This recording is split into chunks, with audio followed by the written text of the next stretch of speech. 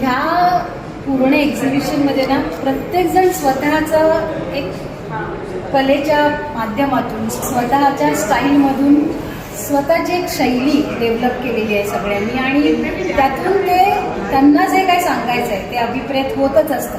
पण अशोक हिंगे ह्यांच्याबद्दल सांगायचं तर त्यांची जे रंग आहेत किंवा त्यांची जी त्यांचा जो कॅनव्हास आहे, कॅनव्हास म्हणा किंवा एक मीडिया त्यांनी दुसरा चेंज केला आहे पेपर मीडिया, तो स्वतः एक काहीतरी सांगतो. त्यांचा बॅकग्राऊंड वेगळा आहे, कलर्स वेगळे आहेत आणि कलर्स इतके ब्राईट आहेत की कधी कधी वाटतं आपल्याला अरे हे काय चाललंय. पण या काय चाललंय मधून काहीतरी होत आहे आणि जे काय होत आहे ना ते आपल्याला अशोक सर सांगतो. आता तुम्ही जसं म्हणालात की काय चाललंय, आता हे जे काय चाललंय हे खूप मजेशीर आहे.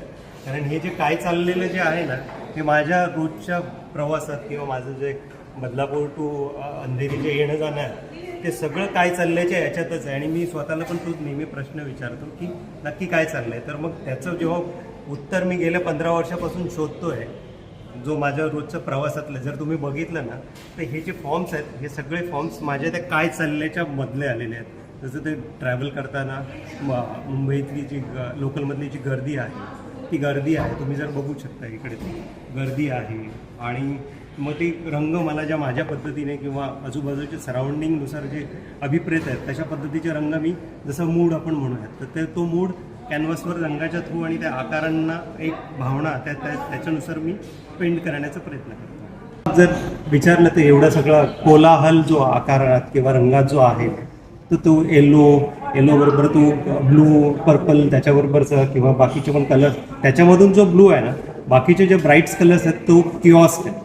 आणि त्या किऑस्कमध्ये जो ब्लू जो वापरला आहे ना तो मी त्या ब्लूकडून एक त्या शांतता अभिप्रेत असते मला. तर त्याच्यामुळे तशा पद्धतीचं तो त्या रंगातून तो डोका होतो तो ब्लू कलर. आणि आता तुझं मीडिया चेंज होते, पेपर मीडिया होते, त्याच्याबद्दल सांगी. त्याचं बॅकग्राऊंड आणि त्याच्यावर असलेला जो ब्राईट कलर आहे हा कॉम्बिनेशन मधून एक तिसरा रंग कधी कधी अभिप्रेत होतो, त्याच्याबद्दल सांगा.